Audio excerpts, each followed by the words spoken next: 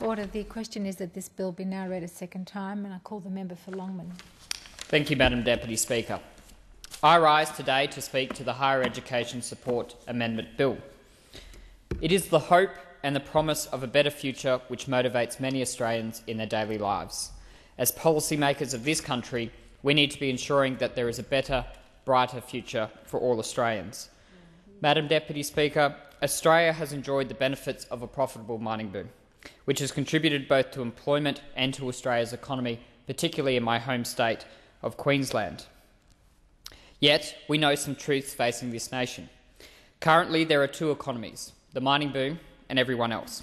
We also know that the boom cannot last forever, and it is imperative that we now begin to turn our thoughts to life post the current mining boom. As a nation, we will face significant challenges over the next several decades. We will face the challenge, and I make the point that this is a challenge, not a problem, but as a nation we will face the challenge of an ageing nation, along with the challenges associated with the economy restructuring post the mining boom. Higher education will form an important plank in restructuring our economy and our nation. Research and education will be vital in achieving higher productivity, better efficiency and new industry, ensuring that this country will have a high productivity economy rich with opportunity, where individuals are employed in innovative industries earning higher real wages. Madam Deputy Speaker, the Bradley Review of Australian Higher Education recommends an ambitious goal of 40% of young Australians to hold bachelor degrees by 2020. Yes, this is ambitious, Madam Deputy Speaker, but in preparing for a better future, this is a goal that we need to be actively working towards. Madam Deputy Speaker, this bill updates the maximum public funds allocated to fund Commonwealth-supported places as a result of projected increases in enrolments of Commonwealth-supported students in Australian universities. It also provides for an increase in funding in line with indexation, adds an additional year of funding, and implements changes to the discounts applicable when students pay their HECS upfront or repay their fees early. Madam Deputy Speaker, let me outline some of the challenges my local community is facing and we as a nation are facing with regards to higher education.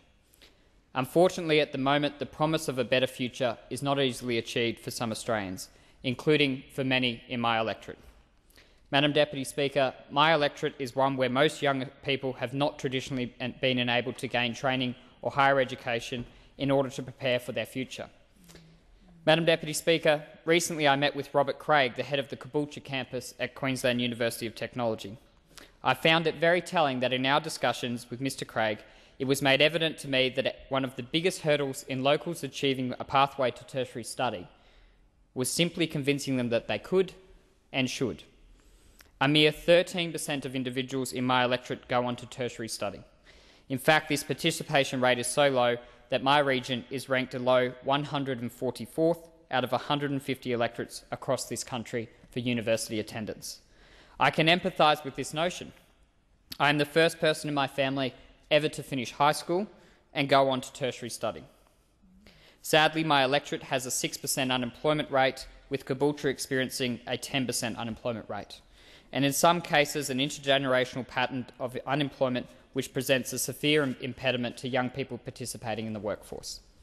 It is for these individuals that the opportunities of higher education are so vitally important.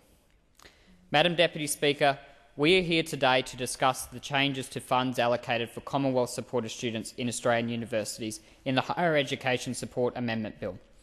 Madam Deputy Speaker, in my own electorate, I have seen the positive impact that universities can have on a community. I believe that it is vitally important that students continue to have opportunities to undertake higher education, particularly for those whom it is not financially viable to pay upfront university fees. Madam Deputy Speaker, that is why the Coalition supports this bill in principle. As Liberals, we believe that we should have a society that is based on opportunity, on empowering people and giving individuals a hand up. Madam Deputy Speaker, the potentials for universities contributing to our country's future is also important at a local level, and we want to see universities enabled to continue to invest in communities such as my own, where a university education can make an enormous difference in a person's life. Madam Deputy Speaker, let me share with you the evidence that I have seen in my community. Over the few years, the university campus in my electorate, the Caboolture campus of the Queensland University of Technology, has significantly invested in the local community. Opening doors for young people, particularly to those young people who, due to significant obstacles in their lives, would never have had the chance to set foot on a university campus, let alone gain tertiary qualifications. It has been my pleasure to have supported and been involved in with a community program run by QUT to create pathways for students to enter university. The Applied Skills for Year 11 program teaches high school students study skills, writing skills and speaking skills to overcome the barriers of entry to university. Speaking to last year's graduates from this program, I was impressed to hear that many of them, who would not have previously considered university or even realised that it was possible to attend, had aspirations for further study and many bright hopes for their futures. This program and the skills that it offered give young people the chance to actually believe that university is a possible future for them. But this program and others like it, Madam Deputy Speaker, are only possible if universities are adequately funded and enabled, which this bill seeks to address.